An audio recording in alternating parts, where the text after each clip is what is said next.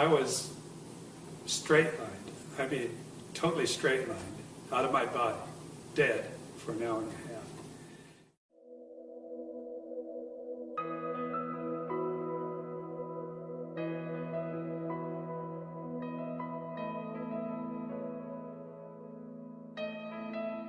My name is Richard Cole, and I am 72 years old. I have never been what I would call religious. I've always believed that there was a God, and I believed that there was Jesus, but I've had doubts. I've been a doubter before, but I'm no longer that. And this happened to me in 2005, so that was 6 years ago.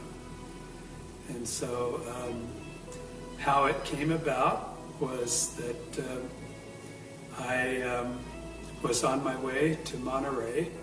I go up there every year for the historic car races. While I was stopped at the stoplight, I had a pain that started in my jaw, right in the mandibular area, went down my jawbone, down my carotid artery, and into my chest. I said, "Whoa, this is strange." My friend and his wife said, "What's wrong with you? You don't look very good. What's your symptoms?" I said, "Well, my hands feel a little sweaty and I feel a little clammy." I said, "I don't know what's going on." He says, "I'm going to take you to the hospital."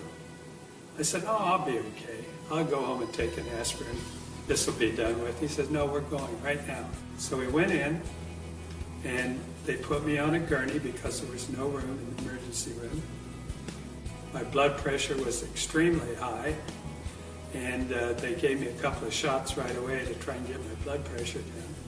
And then I went right into the x-ray room, and they gave me some x-rays, and came back in a little while, and Steve, the doctor, a friend of mine, says, "You have a serious problem." And I said, "Oh, really?" And he says, "Yes." He says, "You have an aneurysm, but what's worse, it's split, and I think you're bleeding internally." 5 o'clock the next morning, I was in the the ready room rather, at Cottage Hospital. Anesthesiologist came in and says, "Well, I'm going to, give you a shot right now, and then you're going to go off to sleep." I said, "Okay." I said, "Is the doctor here yet?" "Yeah, he's here." So I asked to see him.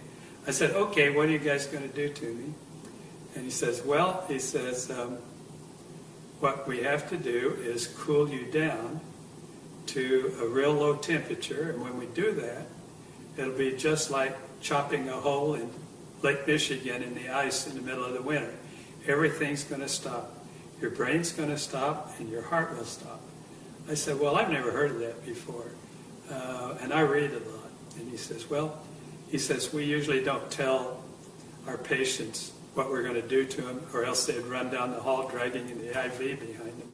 They told me when I went in that I'd have about a 50-50 chance of making it. I found out later with that kind of operation where they take your heart out, you have a 10% chance of survivability. So the anesthesiologist put the IV in. I went off to sleep right away, and they start rolling me down the hall to the operating room. And then I realized that I was still conscious and I wasn't under yet. It was like I was for a little bit, but then I was awake again. And I saw them roll me into the operating room. And so I wanted to tell the doctors that, "Hey, you got to give me some more of whatever it was you gave me because I'm not out yet." But I couldn't speak. I didn't have any pain or anything like that. I just could not open my mouth and get the words out, even though I tried very hard to tell them that I was still conscious. So I'm laying on the table, and there are 3 doctors standing over me and 2 nurses, and they all have their gowns on, their masks on and everything. They're ready to go. And I heard the doctor ask the nurse for the scalpel, and she got it, and she started to open me up from right here down to here. He did.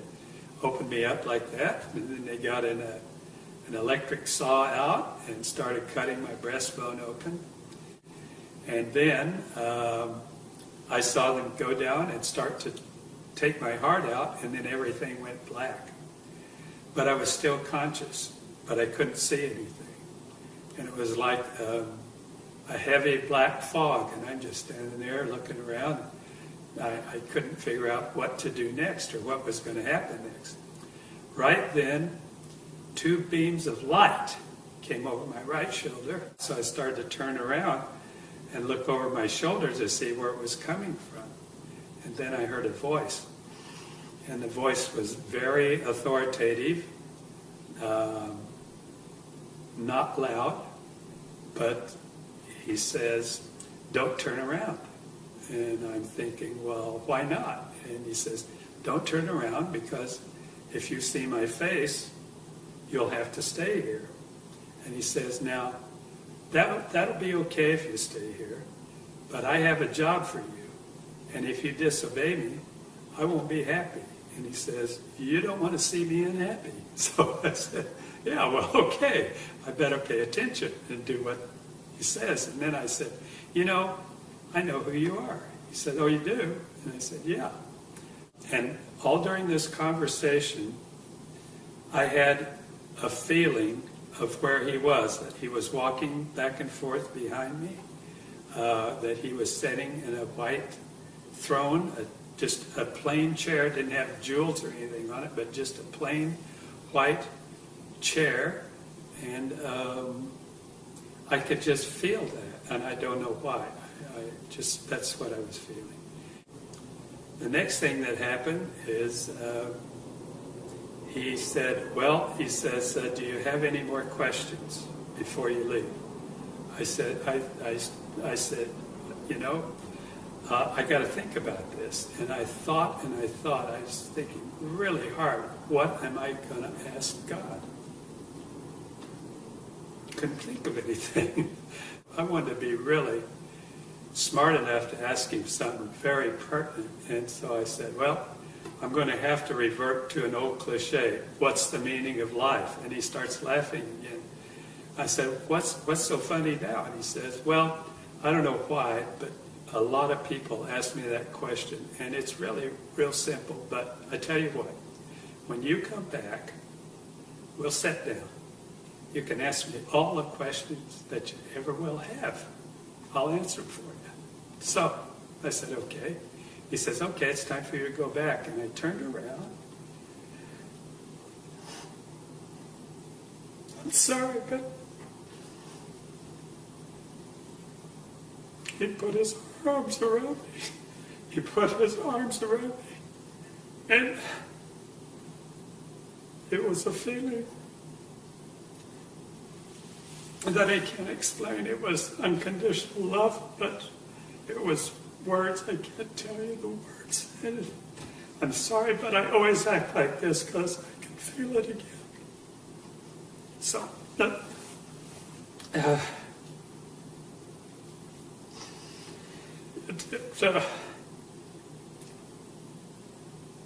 it changed my life. And the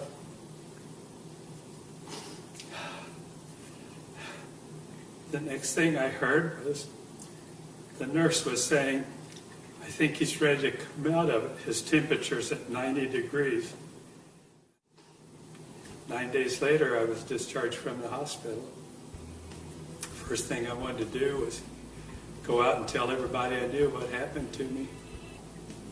But I'll have to tell you that my life has changed completely. I'm no longer afraid of death.